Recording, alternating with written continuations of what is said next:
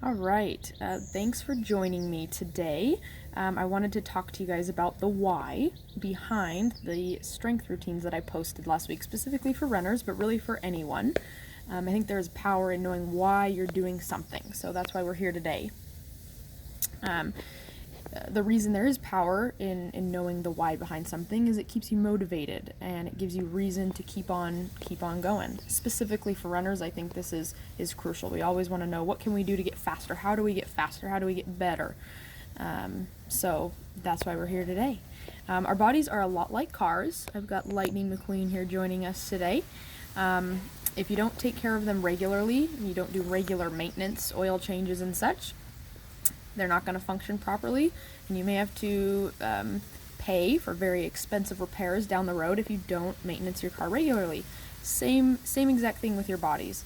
Specifically for runners, we're putting our bodies under a lot of stress. So every step you take, the ground reaction force goes up your body a few times the weight of your body. So we're getting a lot of stress going up our bones and through our whole entire body.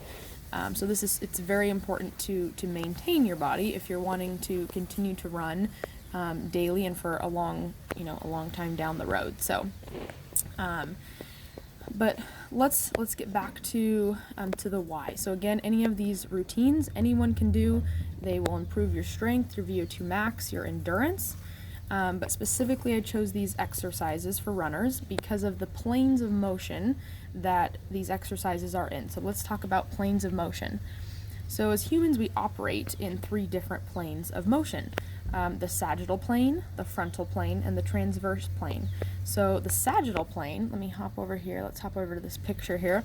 The sagittal plane cuts your body into left and right halves, so right down the middle, as you can see in this image. The frontal plane cuts your body into anterior and posterior halves. So basically front and back halves, as you can see in that photo. The frontal plane is also known as the coronal plane, just another word for it. And then we've got the transverse plane, which cuts your body in half, basically, into top and bottom halves. And that's also known as the oblique plane. Now, runners, we primarily operate in the sagittal plane. We are running in a straight line. We are moving forward and in one direction. We move in the sagittal plane. However, we need to be able to operate and be strong in all 3 planes, not just the sagittal plane, but the frontal plane and the transversal plane as well. If we can do that, then we are going to be able to get faster. We're going to be able to run more efficiently, and we're going to be able to prevent injury. But you need to be solid in all 3 of these planes, upper and lower body, in order to really truly be a strong, efficient runner. So now, many strength routines out there do focus on just the sagittal plane movements. They're, in one line. They're, tend to be on the easier side, I would say. But the other 2 planes get neglected. So we want to make sure we're incorporating frontal and transverse plane exercises. The reason these 2 are extremely important, and this will make a little more sense in a second, is that doing or performing exercises in these 2 planes will help you to be able to better stay in a straight line when you're running, and as a result of that, be able to cover more ground in a faster period of time. So we all want to do that, right? We all, as runners, want to be able to be more efficient and run faster. So we need to incorporate these, which, again, will make sense in just a moment, more sense. Here's that photo once again. Here we got the sagittal plane. Let's focus on the sagittal plane for a second. So again, this cuts the body into right and left halves. Okay. An example of a sagittal plane exercise would be a forward lunge. So as you can see in this picture here, this nice little cartoon lady doing a forward lunge. Okay, so that would be a good example of a sagittal plane exercise. Okay.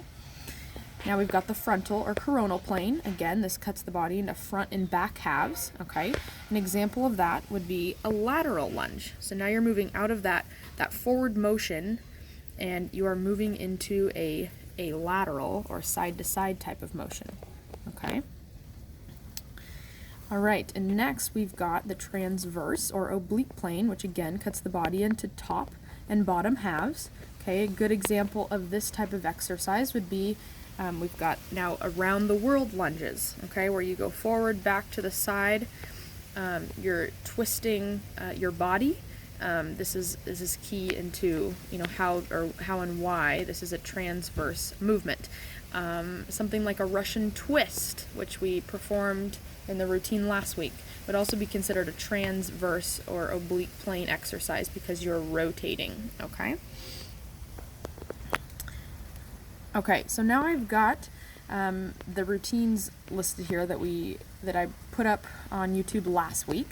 We're gonna go through each of the exercises and go through why it's a certain exercise in this particular plane, okay? And hopefully this will really help it click for you. So the first one we did was jumping jacks, okay? This is great for a basic plyometric exercise and works on dynamic calf strength as well. But this particular exercise is in the frontal plane, okay, because you're moving in that lateral motion. That's the key there. So when you're thinking of, okay, what types of exercises are frontal plane exercises, lateral movement is the key, or to the side to side movement, okay? If we were to throw in a jump rope there, you'd be jumping straight up and down. There's no lateral side to side movement. There's no twisting or rotating, which would be more of a transverse plane exercise, which we'll talk about in a second. So this therefore would be a sagittal exercise. Then we go to the front military taps. Now this is where it gets a little complicated. For the sake of complexity, anything in the push-up or plank position, because your arms are at a 90-degree angle, it becomes a transverse plane exercise. So now while you're not doing, you know, a ton of rotating with your body, which is kind of the key to figuring out, okay, what is a transverse plane exercise? Okay, Russian twist, rotation. But here, you're not really doing too much rotation. But because of that 90-degree angle, for the sake of, I'm shutting off here, of complexity, the any sort of push-up or plank is considered transverse or oblique plane, okay? Then we go down to side planks, okay? Those are considered, we have the side planks with the hip flexion exercise. That's considered frontal plane. We are moving in that lateral type of movement, okay? Now, I will not go through every single one here, but I will have this PowerPoint available if you would like it, so that you can kind of refer back to it. But let's move on to the second routine so we can get a couple in there. So donkey kicks. This would be considered a sagittal plane exercise. You're not moving side to side, you're not twisting, you're moving in that straight line. Now, on the other token, on the other side of that, clams, also another exercise for your glutes, more specifically for your glute med, whereas donkey kicks is glute max. These clams are in the more side to side type of movement. Think about how you move when you're doing a clam exercise. So that would be frontal plane. Okay. Let's jump down to routine number 3. Let's pick out, we talked about the Russian twists, okay? So you're rotating around that transverse plane. Remember, the transverse plane cuts your body into top and bottom halves. And as you rotate, you're rotating around that transverse plane. Therefore, the Russian twists would be considered a transverse or oblique exercise, okay? And then we got push-ups in this routine as well. Again, for the sake of complexity, that would be considered a transverse or oblique plane exercise as well. Okay? So I want to keep this somewhat short and sweet. I know it's not exactly super fun listening to crazy long lectures. So now it's your turn. Let's see if you can maybe take a sagittal plane exercise like we did with that lunge, that forward lunge, and turn it into a transverse and frontal plane exercise. So we talked about that lunge again. That forward lunge was a sagittal plane movement, but then we do lateral lunges, it becomes a frontal plane movement. And then we do around the clock lunges, it becomes a transverse plane movement. So let's see if you can maybe change a sagittal plane exercise into a frontal or transverse plane exercise. Maybe take it a step further, create your own exercise routine and see if maybe you can create a whole routine. But feel free, if there's any confusion or anything, any questions, comments, leave it below. learning together, so feel free to leave those, and I'll take a peek at them. So this is the new routine I'm going to post up onto YouTube, and I'll have you take a look at those exercises and maybe try and figure out, okay, this is a frontal plane exercise, this is a sagittal plane, this is a transverse plane exercise. Alright, so that is the end of this lecture. Thank you for joining. Again, leave questions, comments. I hope this makes sense, and that this kind of helps you to explain why you're doing those exercises and how they can help you become a better and more efficient runner. So, all right, we'll see you next time. Bye.